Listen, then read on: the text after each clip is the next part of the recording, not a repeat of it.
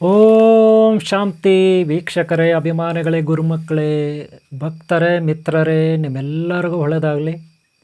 ಈ ದಿನ ನಾನು ನಿಮಗೆ ಎಡಮುರಿ ಬಲಮುರಿ ಎಡಮುರಿ ಕಾಯಿಗಳನ್ನು ಯಾವ ರೀತಿ ನಾವು ಯಂತ್ರ ತಯಾರು ಮಾಡೋದು, ಇದರಲ್ಲಿ ಬಲಮುರಿ ಎಡಮುರಿ ಕಾಯಿಗಳನ್ನು ನಾವು ಯಾವ ರೀತಿ ಯಂತ್ರ ಮಾಡೋದು, ಎಡಮುರಿ ಬಲಮುರಿ ತಗೊಂಡು ಅದಕ್ಕೇನೆಲ್ಲ ವಸ್ತುಗಳು ಬೇಕು ಅಂತ ನೋಡೋಣ.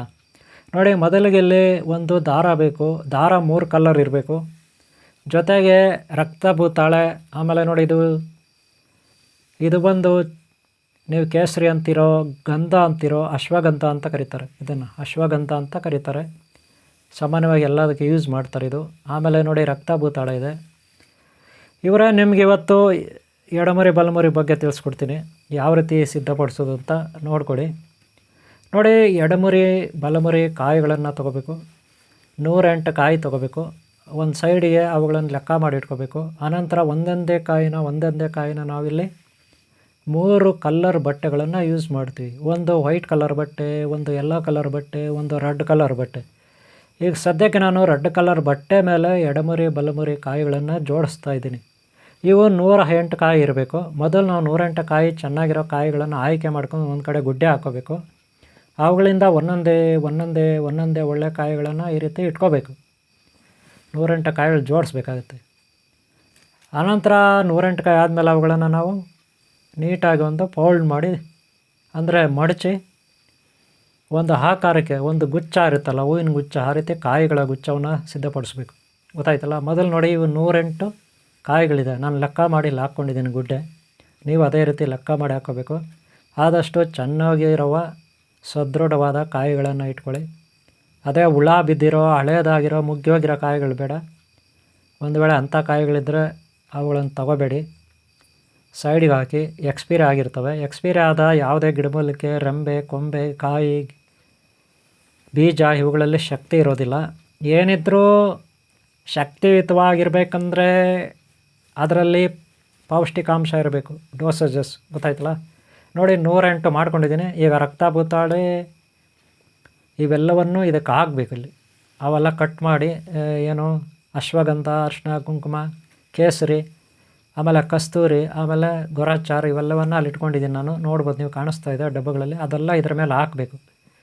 ಇದ್ರ ಮೇಲೆ ಸಿಂಪಡಣೆ ಮಾಡಬೇಕು. ಅಶ್ವಗಂಧವನ್ನು ಸಿಂಪಡಣೆ ಮಾಡಬೇಕು, ಅರಿಶಿನ ಕುಂಕುಮ ಎಲ್ಲ ಇಡಬೇಕು. ಆಮೇಲೆ ನೀವು ಈ ರೀತಿ ಬಟ್ಟೆನಲ್ಲಿ ಅವು ಹಾಕಿರೋದನ್ನು ನೀಟಾಗಿ 2 ಕೈಯಿಂದ ಮಡಚಬೇಕು. ನಾನು ಒಂದು ಕೈಯಲ್ಲಿ ಮಾಡಿಸ್ತಾ ಇದ್ದೀನಿ ನಿಮಗೆ ತೋರ್ಸೋಕ್ಕೆ. ಒಂದು ಕೈಯಲ್ಲಿ ಕ್ಯಾಮ್ರಾ ಇದೆ, ಕ್ಯಾಮ್ರಾ ಇಟ್ಕೊಂಡಿದ್ದೀನಿ, ಮೊಬೈಲು. ಗೊತ್ತಾಯ್ತಲ್ಲ? ನೋಡಿ, ಈ ರೀತಿ ಸಿದ್ಧ ಮಾಡ್ಕೋಬೇಕು. ನೀವು ಈ ರೀತಿ ಸಿದ್ಧ ಮಾಡ್ಕೋಬೇಕು. ನೋಡಿ, ನಾನು ಕಟ್ಟಿದ್ದೀನಿ ಆ ಬಟ್ಟೆನ, ರೆಡ್ ಕಲರ್ ಬಟ್ಟೆನ. ನೀವು ರೆಡ್ ಕಲರ್ ಬಟ್ಟೆ ಕಟ್ಟಿದರೆ ಅದರ ಮೇಲೆ ಎಲ್ಲ ಕಲರ್ ದಾರ ಕಟ್ಟಬೇಕು. ನೆನಪಿಟ್ಕೊಳ್ಳಿ, ಇಲ್ಲೊಂದು ಟ್ರಿಕ್ಸ್ ಇರುತ್ತೆ. ಏನಪ್ಪ ಅಂದರೆ, ನೀವು ಯಾವ ಬಟ್ಟೆ ಯೂಸ್ ಮಾಡಿದಿರಿ ಆ ದಾರ ಕಟ್ಟಬಾರ್ದು. ನೋಡಿ, ನಾನು ರೆಡ್ ಕಲರ್ ಬಟ್ಟೆ ಯೂಸ್ ಮಾಡಿದ್ದೀನಿ. ಎಡಮುರಿ ಬಲಮುರಿ ಕಾಯಿ. ಈ ಯಂತ್ರ ಏತಕ್ಕಪ್ಪ ಅಂದರೆ, ದುಷ್ಟರ ದೃಷ್ಟಿ, ವಕ್ರ ದೃಷ್ಟಿ ನಮ್ಮ ಮನೆ ಮೇಲೆ ಬೀಳಬಾರ್ದು, ಅಂಗಡಿ ಮೇಲೆ ಬೀಳಬಾರ್ದು, ಫ್ಯಾಕ್ಟ್ರಿ, ನಾವು ಗಾಡಿಗಳು, ವೆಹಿಕಲ್ ಯೂಸ್ ಮಾಡ್ತೀವಲ್ಲ ಅದ್ರ ಮೇಲೆ, ಅಂಗಡಿ ಮೇಲೆ, ಮನೆ ಮೇಲೆ, ನಮ್ಮ ಮೇಲೆ ಬೀಳಬಾರ್ದು. ದುಷ್ಟರ ದೃಷ್ಟಿ ಅದಕ್ಕಿದ್ದು ರೆಡಿ ಮಾಡಿರೋದು. ಅದಕ್ಕೆ ರೆಡ್ ಕಲರ್ ಡೇಂಜರ್ ಬಟ್ಟೆ ಇದು. ಗೊತ್ತಾಯ್ತಲ್ಲ? ಹಾಗೆ ನಾವು ಅಭಿವೃದ್ಧಿ ಆಗಬೇಕು. ನಾವು ಅಭಿವೃದ್ಧಿ ಆಗಬೇಕಾದ್ರೆ ನಮಗೇನೆಲ್ಲ ಸಹಾಯ ಬೇಕು? ವಿಘ್ನೇಶ್ವರನ ಸಹಾಯ ಬೇಕು, ವಿಘ್ನೇಶ್ವರ ಶಕ್ತಿ ಸಹಾಯ ಬೇಕು, ಕುಮಾರಸ್ವಾಮಿ ಶಕ್ತಿ ಸಹಾಯ ಬೇಕು, ಮಹಾಲಕ್ಷ್ಮಿ ಸಹಾಯ ಬೇಕು. ಅವ್ರಿಗೆ ಈ ರೆಡ್ ಕಲರ್ ಬಟ್ಟೆ ಇಷ್ಟ. ಅಂದರೆ ಮಹಾಲಕ್ಷ್ಮಿಗೆ ಕೆಂಪು ಹೂವು, ವಿಘ್ನೇಶ್ವರನಿಗೆ ಕೆಂಪು ಹೂವು, ಶುಕ್ರದೇವನಿಗೆ ಕೆಂಪು, ಹೀಗೆ ಕಲ್ಲರ್ ಕೂಡ ಇರುತ್ತೆ ಇಂಪಾರ್ಟೆಂಟ್ ಬಟ್ಟೆ. ಅದಕ್ಕೆ ಅದು ಅರ್ಥ ಆಯ್ತಾ? ಆಮೇಲೆ ನಮ್ಮ ಮೊದಲು ನೋಡಿ, ಇಲ್ಲೇನೇನು ಇಟ್ಕೋಬೇಕು? ಗೊರಚಾರು, ಅಶ್ವಗಂಧ, ಆಮೇಲೆ ಭೂತಾಳೆ, ಆಮೇಲೆ ಯೆಲ್ಲೋ ಕಲರ್ ದಾರ. ಈಗ ಯೆಲ್ಲೋ ಕಲರ್ ದಾರ ಯೆಲ್ಲೋ ಕಲರ್ ಬಟ್ಟೆಗೆ ಕಟ್ಟಬಾರ್ದು. 2 ಒಂದೇ ಕಲರ್ ಇದೆ, ಇದು ಕಟ್ಟಬಾರ್ದು. ನಾವು ಬೇರೆ ಕಲರ್ ತೊಗೋಬೇಕೀಗ. ಗೊತ್ತಾಯ್ತಲ್ಲ? ನಾನು ಬೇರೆ ಕಲರ್ ತರ್ತೀನಿ. ನೋಡಿ, ಇಲ್ಲೇ ಇದೆ ಬೇರೆ ಕಲರು. ಅದಕ್ಕೆ ಬೇರೆ ಕಲರ್ ಯೂಸ್ ಮಾಡಿ. ನಿಮ್ಮ ಇಷ್ಟ, ಯಾವುದಾದ್ರೂ ಯೂಸ್ ಮಾಡಿ. ಬೇರೆ ಕಲರು, ಯೆಲ್ಲೋ ಕಲರ್ಗೆ ಬೇರೆ ಕಲರ್, ಯೆಲ್ಲೋ ಕಲರ್ ಬಟ್ಟೆಗೆ ನೀವು ಬೇರೆ ಕಲರ್ ದಾರ ಯೂಸ್ ಮಾಡಬೇಕು. ನೋಡಿ, ನಾನೀಗ ಬೇರೆ ಕಲರ್ ತೊಗೊಳ್ತೀನಿ, ಯೆಲ್ಲೋ ಕಲರ್ ದಾರನೇ ತೊಗೊಳ್ಳಲ್ಲ. ಗೊತ್ತಾಯ್ತಲ್ಲ? ಯೆಲ್ಲೋ ಕಲರ್ ಬಟ್ಟೆ ಯಾಕೆ ಹಾಕ್ತೀವಿ ಅಂದರೆ, ಸಮತೋಲನ. ನಮ್ಮ ಮನೆಯಲ್ಲಿ ನಾವು ಯಾರಿಗೂ ಕೆಟ್ಟವರಲ್ಲ. ನಮಗೆ ಯಾರಾದರೂ ತೊಂದರೆ ಮಾಡಿದ್ರೆ ಅವರು ಪಾಪಕ್ಕೆ ತಕ್ಕ ಫಲ ಅನುಭವಿಸ್ತಾರೆ. ಅಂದರೆ ನಾವು ಯಾರ ತಂಟೆಗೆ ಹೋಗಲ್ಲ, ನಮ್ಮ ತಂಟೆಗೆ ಬಂದರೆ ಅವರು ಖಂಡಿತ ನಾಶ ಆಗ್ತಾರೆ ಅನ್ನೋದು ಈ ಯೆಲ್ಲೋ ಕಲರ್ ಬಟ್ಟೆ ಸೂಚಿಸುತ್ತೆ. ಇದು ಮೀಡಿಯಮ್, ಮಧ್ಯಮ ಅಂದರೆ ಯಾರ್ಯಾರೋ ನಮಗೆ ಅನ್ಯಾಯ ಮಾಡ್ತಾರೆ, ಯಾರ್ಯಾರೋ ಕೆಟ್ಟದ್ದು ಮಾಡ್ತಾರೆ, ಯಾರ್ಯಾರೋ ತೊಂದರೆ ಮಾಡ್ತಾರೆ, ಯಾರ್ಯಾರೋ ಹಿಂಸೆ ಮಾಡ್ತಾರೆ. ಆದರೆ ನಾವು ಮಾತ್ರ ಯಾರಿಗೂ ಹಿಂಸೆ ಮಾಡಲ್ಲ. ಯಾರ್ಯಾರೋ ನಮ್ಮ ಮೇಲೆ ಕಾಲು ಕೆರ್ಕೊಂಡು ಜಗಳಕ್ಕೆ ಬರ್ತಾರೆ, ಯಾರ್ಯಾರೋ ನಮ್ಮನ್ನು ತುಳಿಲಿಕ್ಕೆ ನೋಡ್ತಾರೆ. ಆದರೆ ನಾವು ಯಾರಿಗೂ ವಿರೋಧವಾಗಿ ನಿಂತ್ಕೊಳ್ಳಲ್ಲ, ಅವರು ಸರಿಯಾಗಿ ನಾವು ನಿಂತ್ಕೊಳ್ಳಲ್ಲ. ಅವರು ಲೋ ಲೆವೆಲ್, ಅವ್ರದ್ದೆಲ್ಲ ಲೋ ಕ್ಲಾಸು, ಅಂಥವ್ರ ಜೊತೆ ನಾವು ನಿಂತ್ಕೊಳ್ಳಲ್ಲ ಅನ್ನೋದು ಈ ಯೆಲ್ಲೋ ಕಲರ್ ಬಟ್ಟೆ ಸೂಚಿಸುತ್ತೆ. ಗೊತ್ತಾಯ್ತಲ್ಲ? ನೋಡಿ, ಇದ್ರ ಮೇಲೆ ಈಗ ಬಲಮರಿ ಎಡಮರಿ 108 ಕಾಯಿ ಜೋಡಿಸಿದ್ದೀನಿ ನಾನು. ಅದಕ್ಕೆ ಅಶ್ವಗಂಧ ಸುರಿತಾ ಇದ್ದೀನಿ. ಅಶ್ವಗಂಧ ಸುರಿಬೇಕು. ಅಲ್ಲಿ ಗೋರಾಚಾರ ಡಬ್ಬಿ ಇದೆ, ರೆಡ್ ಕಲರ್, ಕೇಸರಿ ಕಲರ್, ಅದು ಸುರಿಬೇಕು. ಆಮೇಲೆ ಇನ್ನೊಂದು ಕಪ್ಪು ಕಲರ್ ಇದೆ, ಕಸ್ತೂರಿ ಡಬ್ಬ ಇದೆ ನೋಡಿ, ಕಾಣಿಸುತ್ತೆ, ಅದರಿಂದನೂ ಸುರಿಬೇಕು. ಆಮೇಲೆ ವಿಭೂತಿ ಪೌಡ್ರ್ ಇದೆ, ಅದರಿಂದನೂ ಸುರಿಬೇಕು. ರಕ್ತ ಭೂತಾಳೆ ಇದೆ, ಅದ್ರದ್ದು ಕಟ್ ಮಾಡ್ಕೋಬೇಕು ಪೀಸುಗಳು. ನೆನ್ಪಿಟ್ಕೊಳ್ಳಿ ನೋಡಿ, ರಕ್ತ ಭೂತಾಳೆದು. ಅದರಲ್ಲಿ ಕತ್ತರಿನಲ್ಲಿ ಕಟ್ ಮಾಡ್ಕೋಬೇಕು 2 ಕೈನಲ್ಲಿ. ನಾನು ಒಂದು ಕೈನಲ್ಲಿ ಮೊಬೈಲ್ ಇದೆ, ಇನ್ನು ಕ್ಯಾಮ್ರಾ ಇಟ್ಬಿಟ್ಟು ನಾನು ಕಟ್ ಮಾಡಬೇಕಾಗುತ್ತೆ. ಪೀಸ್ ಮಾಡ್ಕೊಳ್ಳಿ ಅದನ್ನು ಕತ್ತರಿನಲ್ಲಿ ಕಟ್ ಮಾಡಿ ಅಲ್ಲಿ ಹಾಕ್ಬೇಕು. ಅದರಲ್ಲಿ ಯಾವುದರಲ್ಲಿ ಎಡಮರಿ ಬಲಮರಿ ಆ ಬಟ್ಟೆ ಇದೆಯಲ್ಲ, ಬಟ್ಟೆ ಮೇಲೆ ಹಾಕಬೇಕು. ಇದೇನಿದು ಭೂತಾಳೆ, ಕೆಂಪು ಭೂತಾಳೆ, ರಕ್ತ ಭೂತಾಳೆ ಇರ್ತಿರಲ್ಲ, ಅದು ಚಕ್ಕೆ. ಇದು ಗೊತ್ತಾಯ್ತಲ್ಲ? ಇದರ ಬಗ್ಗೆ ಆಲ್ರೆಡಿ ನಾನು ಹಿಂದೆ ಪ್ರೋಗ್ರಾಮ್ ಮಾಡಿದ್ದೀನಿ. ಭೂತಾಳೆ ಇದು ಒಣಗಿರುತ್ತೆ ನೋಡೋಕ್ಕೆ, ಅದರಲ್ಲಿ ನೀರು ಬರುತ್ತೆ. ಗೊತ್ತಾಯ್ತಾ? ನೋಡಿ, 2 ಪೀಸು, 1-2-3 ಪೀಸುಗಳು ಕಟ್ ಮಾಡಿ ಹಾಕಬೇಕು. ಗೊತ್ತಾಯ್ತಲ್ಲ? ನೀವು ನೀಟಾಗಿ ಒಂದು ಕೈಯಲ್ಲಿ ಹಿಡ್ಕೊಂಡು ಕಟ್ ಮಾಡಿ. ನಾನು ಮೊಬೈಲ್ ಇದೆ ಕೈಯಲ್ಲಿ ಇವರೇ, ಅದಕ್ಕೆ ಒಂದು ಕೈಯಲ್ಲಿ ಕಟ್ ಮಾಡಿದ್ದೀನಿ. 1-2 ಪೀಸ್ ಬಂದಿದೆ, ಹಾಕ್ತಾಯಿದ್ದೀನಿ. ಸಾಕು, 1-2 ಪೀಸ್ ಹಾಕಿದ್ರೆ ನಡೀತದೆ.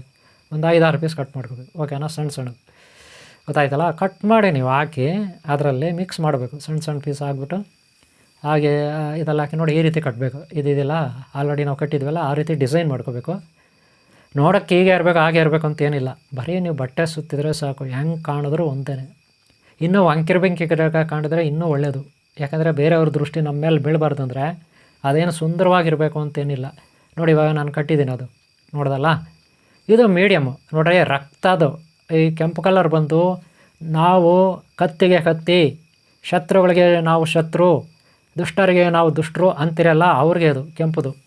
ಆದರೆ ಯೆಲ್ಲೋ ಕಲರ್ ಹಂಗೆಲ್ಲ, ಅಯ್ಯೋ ಯಾರು ಏನಾನ ಮಾಡ್ಕೊಳ್ಳಿ, ನಮ್ಮ ಮೇಲೆ ಅವ್ರು ಬಂದರೆ ಅವರೇ ನಾಶ ಆಗ್ತಾರೆ, ಅವ್ರನ್ನ ದೇವರೇ ನೋಡ್ಕೊತಾನೆ, ಆ ವಿಘ್ನೇಶ್ವರ ಎಡಮರಿ ಬರೀ ಗಣಪನೇ ನೋಡ್ಕೊತಾನೆ, ಆ ಮಹಾಕಾಳಿ ನೋಡ್ಕೊಳ್ತಾಳೆ, ಆ ರುದ್ರದೇವನ ನೋಡ್ಕೊತಾನೆ ಅಂತ ನಾವು ಹೇಳ್ತೀವಿ. ಯಾಕೆಂದರೆ ನಾವು ಯಾಕೆ ಸುಮ್ಮನೆ ಅವ್ರು ಸರಿಯಾಗಿ ಬೀದಿಯಲ್ಲಿ ನಿಂತ್ಕೋಬೇಕು ಅಂತ. ಅದಕ್ಕೆ ಎಲ್ಲ ಕಲರ್ ಬಟ್ಟೆ. ಅರ್ಥ ಆಯ್ತೇನ್ರಿ? ಆಮೇಲೆ ನೋಡಿರಿ, ಇಷ್ಟು ನಾವು ಮಾಡ್ಕೊಬಿಟ್ರೆ ದೀಪ ಇರಬೇಕು, ಊದ್ಕಡ್ಡಿ ಇರಬೇಕು, ಹಚ್ಚಿರಬೇಕು, ನಾವು ಬೆಳಗಬೇಕು. ದೀಪದಿಂದ ನಾವು ಬೆಳಗಬೇಕು. ನೆನ್ಪಿಟ್ಕೊಳ್ಳಿ, ಕರ್ಪೂರದಿಂದ ಬೆಳಗ್ಬೋದು. ಇದೆಲ್ಲ ಈಗ ಪ್ರಾಣ ಪ್ರತಿಷ್ಠೆ. ಏನು, ನೀವು ಈಗಾಗಲೇ ಎಡಮುರಿ ಬಲಮುರಿ ಸಿದ್ಧಿ ಮಾಡ್ಕೊಂಡಿದ್ದೀರಾ?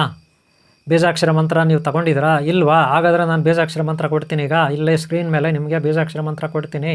ಈ ಬೀಜಾಕ್ಷರ ಮಂತ್ರನ ನೀವು 21 ದಿನ ದಿನಕ್ಕೆ 5 ಬಾರಿ ಕೂತ್ಕೊಳ್ಳಿ. 10 ನಿಮಿಷ ಹೇಳ್ಕೊಳ್ಳಿ. 10 ನಿಮಿಷ ಕೂತ್ಕೊಂಡು ಹೇಳ್ಕೊಳ್ಳಿ. 250 ಸಾರಿ ಆಗುತ್ತೆ ಈ ಬೀಜಾಕ್ಷರ ಮಂತ್ರ. ಇದು ಗಣಪತಿಗೆ, ಮಹಾಕಾಳಿಗೆ, ಮಹಾಲಕ್ಷ್ಮಿಗೆ, ಹಾಗೆ ಅಷ್ಟೈಶ್ವರ್ಯ ಮಾತೆ, ಜಗನ್ಮಾತೆ, ಐಶ್ವರ್ಯ ಮಾತೆಗೆ ಸಂಬಂಧಪಟ್ಟಂಥದ್ದು. ಯಾವುದೇ ಗ್ರಹಬಲಗಳ ದೋಷ ಅಥವಾ ದುಷ್ಟರ ಭಯ, ಶತ್ರುಗಳ ಭಯ ಇರೋದಿಲ್ಲ. ಅರ್ಥ ಆಯ್ತಾ? ನಾನು ಬೀಜಾಕ್ಷರ ಮಂತ್ರ ನಿಮ್ಗೆ ಆಲ್ರೆಡಿ ಕೊಟ್ಟಿದ್ದೀನಿ. ಇದನ್ನು ಪಠಣ ಮಾಡ್ಕೊಳ್ಳಿ 21 ದಿನ. ಹಾಗೆ ಪ್ರತಿ ಬುಧವಾರ ಏನಾದರೂ ಸ್ವೀಟು ಕಡುಬು ಮಾಡ್ಕೊಳ್ಳಿ. ಹಾಗೆ ಗುರುವಾರ ಪುಳೋಗರೆ ಮಾಡಿ, ಹಾಗೆ ಶುಕ್ರವಾರ ಏನಾದರೂ ಪಾಯಸ ಗೀಸ ಮಾಡ್ಕೊಂಡು ಮನೆಯಲ್ಲಿ ಲಕ್ಷ್ಮೀ ಪೂಜೆ, ಹಾಗೆ ಗಣಪತಿ ಕುಮಾರಸ್ವಾಮಿ ಪೂಜೆ ಬುಧವಾರ, ಹಾಗೆ ಶುಕ್ರವಾರ ಜಯಂತಿ ಮಾತಾ ಶುಕ್ರದೇವ ಅದೃಷ್ಟವಂತ, ಹಾಗೆ ಮಹಾಲಕ್ಷ್ಮಿ, ಇವ್ರದ್ದೆಲ್ಲ ಪಠನೆ ಮಾಡ್ಕೋಬೇಕು. ನೋಡಿ ಗುರುಮಕ್ಕಳೇ, ವೀಕ್ಷಕರೇ, ಭಕ್ತರ ಅಭಿಮಾನಿಗಳೇ, ಜೀವನದಲ್ಲಿ ನಾವು ಕಷ್ಟಪಡೋದು ಯಾವುದು ಬಿಟ್ಟಿಯಾಗಿ ಸಿಗಲ್ಲ. ಬಿಟ್ಟಿಯಾಗಿ ಸಿಕ್ಕಿದ್ರು ಅದನ್ನು ನಾವು ಯೂಸ್ ಮಾಡಿದ್ರೆ ಅಷ್ಟೊಂದು ನಮ್ಮ ಮೈಗೂಡಲ್ಲ. ಅದು ನೆನಪಿಟ್ಕೊಳ್ಳಿ. ಯಾವಾಗಲೂ ನಾವು ಕಷ್ಟಪಡಬೇಕು. ಗುರುವೇ ದೊಡ್ಡವನು. ಒಂದು ಜ್ಯೋತಿಯನ್ನು ಇಟ್ಕೊಳ್ಳಿ ಸಾಕು, ಚಿಕ್ಕದಾಗಿ ಒಂದು ಊದುಕಡ್ಡಿ ಹಚ್ಚಿ, ಕರ್ಪೂರ ಏನೋ ಧೂಪ ಗೀಪ ಹಚ್ಕೊಳ್ಳಿ. ಈ ರೀತಿ ರೆಡಿ ಮಾಡ್ಕೊಳ್ಳಿ. ಏನು 21 ದಿನ ನೀವು ಬೀಜಾಕ್ಷರ ಮಂತ್ರ ಮಾಡಬೇಕು, ಅದನ್ನು ಸಿದ್ಧಿ ಮಾಡ್ಕೊಂಡಿರ್ತೀರಾ. ಇದನ್ನು ಮನೇಲಿ ಇಟ್ಕೊಳ್ಳಿ. 21 ದಿನ ಇದ್ರ ಬಗ್ಗೆ ಮಂತ್ರ ಪಠನೆ ಮಾಡಿ ಸಿದ್ಧಿ ಮಾಡ್ಕೊಳ್ಳಿ. ಆಗ ಅದಕ್ಕೆ ಫಲ ಸಿಗುತ್ತೆ. ಗೊತ್ತಾಯ್ತಾ? ಇದಕ್ಕೆ ಫಲ ಸಿಕ್ಬಿಟ್ರೆ ಯಾರಾದರೂ ನಿಮ್ಮ ಹತ್ರ ಬಂದರೆ ಬರೀ ಇದರಲ್ಲಿರೋದು ಒಂದು ಕಾಯಿ ತೆಗೆದು ಅವ್ರು ಕೊಡಿ ಸಾಕು. ಅವ್ರ ಜೋಬಲ್ಲಿ ಇಟ್ಕೊಳ್ಳಿ, ಪರ್ಸಲ್ಲಿ ಇಟ್ಕೊಳ್ಳಿ, ಅವ್ರ ಮನೇಲಿ ಗಲ್ಲ ಇರುತ್ತಲ್ಲ, ಅಂಗಡಿಗಳಲ್ಲಿ ಗಲ್ಲ ಇರುತ್ತಲ್ಲ, ಚಿಲ್ಲರೆ ಗಲ್ಲ, ಅದರಲ್ಲಿ ಇಟ್ಕೊಳ್ಳಿ. ಅವ್ರಿಗೆ ಒಳ್ಳೇದಾಗುತ್ತೆ. ಗೊತ್ತಾಯ್ತಲ್ಲ? ಓಕೆ ಅವರೇ, ನೀವು ಮಂತ್ರ ಸಿದ್ಧಿ ಮಾಡಿಕೊಂಡು ನಿಮ್ಮ ಮನೆಯಲ್ಲಿ ಇದನ್ನು ಇಟ್ಕೊಂಡು, ಅಥವಾ ಅಂಗಡಿ ಮುಂದೆ ಬಾಗಿಲು ಮುಂದೆ ಇದು ದೇವ್ರ ಮನೇಲಿ ಇಟ್ಕೊಳ್ಳಿ ನೀವು ಮಂತ್ರ ಸಿದ್ಧಿ ಮಾಡ್ಕೊಳ್ಳೋರು. ಆದರೆ ಬೇರೆಯವ್ರಿಗೆ ಕೊಟ್ಟಾಗ ಈ ರೀತಿ ಮಾಡಿ ನೀವು, ಅವರು ಮನೆ ಬಾಗಿಲ ಮೇಲೆ, ಆಚೆ ಕಡೆ ಒಳಗೆ ಎಲ್ಲ ಅಂಗಡಿ ಬಾಗಿಲ ಮೇಲೆ ಅಥವಾ ಹೋಟಲ್ಲು ಅಥವಾ ಆಫೀಸು, ಫ್ಯಾಕ್ಟ್ರಿ ಒಟ್ಟಿನಲ್ಲಿ ಗಾಡಿನಲ್ಲೇ ಕಟ್ಬೋದು ಇದು.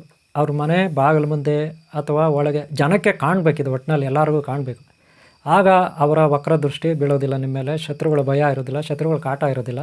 ಹಾಗೆ ಆಕರ್ಷಣೀಯ ಶಕ್ತಿ ಮಹಾಲಕ್ಷ್ಮಿ, ಅಷ್ಟೈಶ್ವರ್ಯ ಮತ್ತು ಅದೃಷ್ಟ ದೇವತೆ ಜಯಂತ ಮತ್ತು ಶುಕ್ರದೇವು ಇವ್ರದ್ದೆಲ್ಲ ನಿಮಗೆ ಆಶೀರ್ವಾದ ಇರುತ್ತೆ, ಗುರುದೈವ ಆಶೀರ್ವಾದ. ಓಕೆನಾ? ಇಷ್ಟು ಈ ವಿಡಿಯೋ ಬಲಮರಿ ಎಡಮರಿ ಯಾವ ರೀತಿ ರೆಡಿ ಮಾಡೋದು ಅಂತ. ನಿಮ್ಗೆ ಇಷ್ಟ ಆದರೂ ಒಂದು ಲೈಕ್ ಮಾಡಿ. ಹಾಗೆ ಹಿಂದಿನ ಭಾಗ ನೋಡಿ, ಮೊದಲ ನೋಡಿ. ಓಂ ಶಾಂತಿ.